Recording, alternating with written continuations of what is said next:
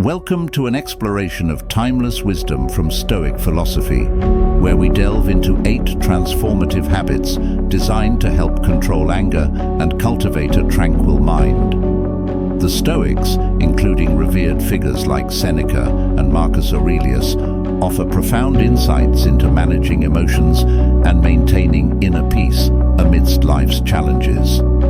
By integrating these practices into our daily lives, we can develop greater resilience, emotional intelligence, and a more composed demeanor. Join us as we uncover the principles of mindfulness, negative visualization, self-reflection, and more, each rooted in the rich tradition of Stoic thought and poised to guide us towards a calmer, more balanced existence.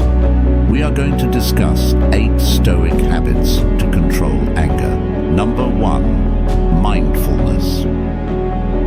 Mindfulness, in Stoic philosophy, involves being fully present and aware of one's thoughts and emotions.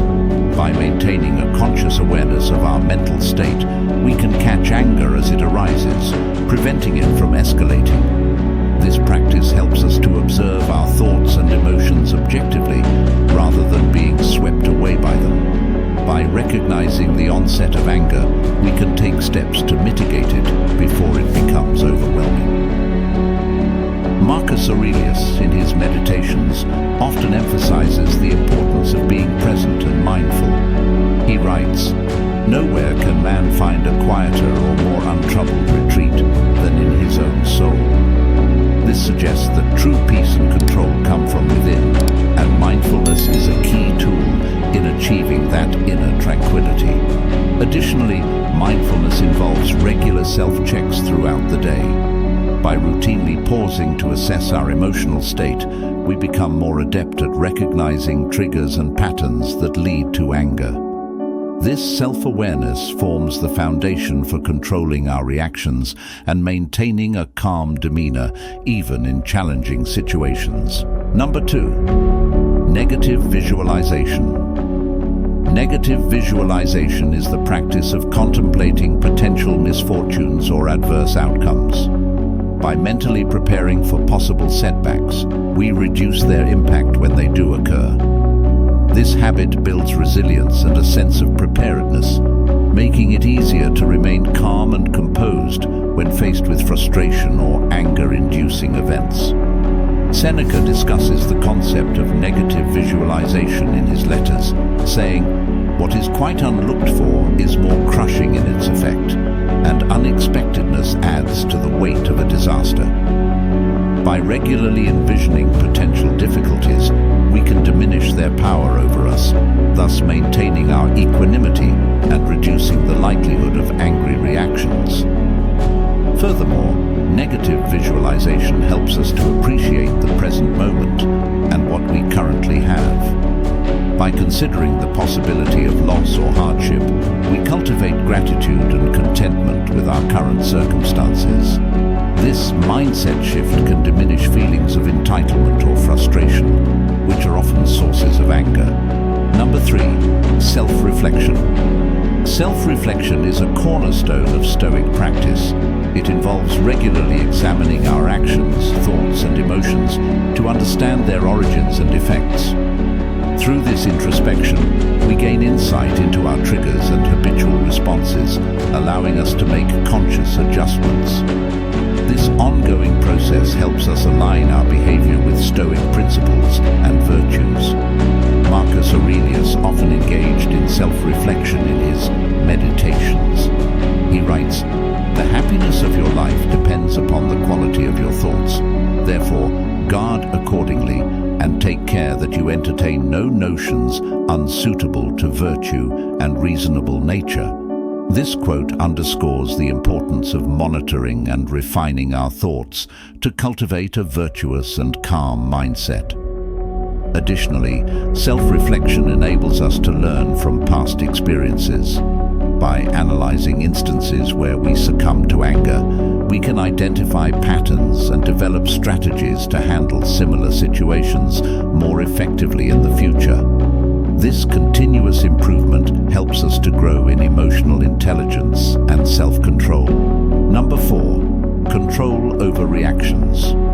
Stoicism teaches that we cannot control external events, but we can control our reactions to them. This principle emphasizes the importance of focusing on what is within our power, our own thoughts, judgments, and actions. By internalizing this idea, we can detach from the external triggers of anger and concentrate on maintaining our composure and rationality. Seneca articulates this concept well. We suffer more often in imagination than in reality. By recognizing that our suffering often stems from our internal reactions rather than external circumstances, we can shift our focus to controlling those reactions. This realization empowers us to choose calmness over anger. Moreover, this habit involves practicing techniques such as deep breathing, pausing before responding, and re-evaluating the situation from a detached perspective. These methods help us to maintain a clear mind and prevent impulsive, angry outbursts. Over time, this practice strengthens our ability to remain calm under pressure.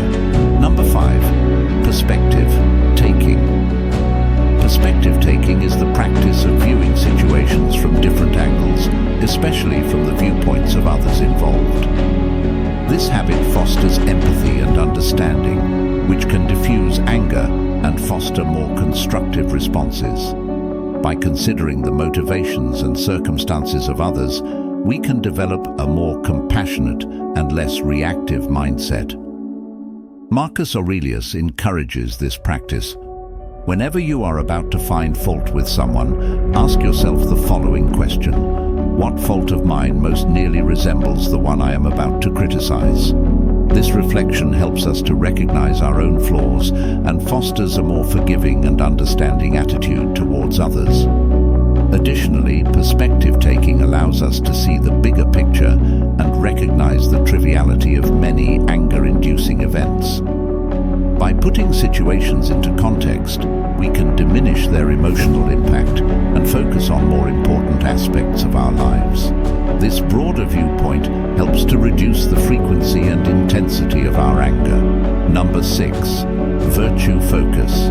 Focusing on virtue means aligning our actions and thoughts with the core Stoic virtues: wisdom, courage, justice, and temperance. By striving to embody these virtues, we naturally cultivate a mindset that is less prone to anger. Virtue becomes our guiding principle, helping us to respond to challenges with integrity and calmness. Seneca highlights the importance of virtue. It is not the man who has too little, but the man who craves more that is poor. This quote reminds us that true wealth and contentment come from within, through the cultivation of virtue, rather than external possessions or outcomes. By prioritizing virtue, we can detach from external triggers and maintain our inner peace. Furthermore, focusing on virtue involves setting clear intentions and goals for our behavior. By consciously choosing actions that reflect our values, we strengthen our ability to stay composed and act rationally, even in provoking situations. This commitment to virtue serves as a constant anchor, guiding us through emotional turbulence. Number 7. Acceptance of fate. Amor fati, or the love of fate, is the practice of embracing all aspects of life, including its challenges and setbacks.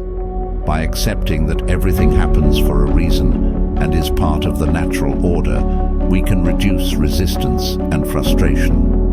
This acceptance fosters a sense of peace and diminishes the inclination to respond with anger. Marcus Aurelius eloquently captures this idea. Accept whatever comes to you woven in the pattern of your destiny, for what could more aptly fit your needs? By adopting this mindset, we can view difficulties as opportunities for growth and learning, rather than sources of anger and resentment. Additionally, Amor fati encourages us to focus on what we can control and let go of what we cannot. This detachment from the uncontrollable aspects of life helps us to maintain our equilibrium and respond to challenges with grace. Over time, this practice strengthens our resilience and ability to handle adversity calmly. Number 8. Discipline of assent. The discipline of assent involves carefully evaluating our initial impressions and judgments before accepting them as true. By questioning our immediate reactions, we can prevent irrational and emotional responses, such as anger. This habit requires vigilance and self-control, but ultimately leads to more reasoned and balanced decision-making. Seneca advises, "He who indulges in empty fears earns himself real fears." This quote highlights the importance of not giving in to initial, often irrational, impulses. By disciplining our assent, we ensure that our responses are based on rational consideration rather than fleeting emotions. Moreover, this practice involves developing a habit of pausing and reflecting before reacting. By taking a moment to assess the situation and our initial judgment, we can choose a more appropriate and measured response. This discipline helps us to avoid the pitfalls of impulsive anger and fosters a more thoughtful approach to life's challenges.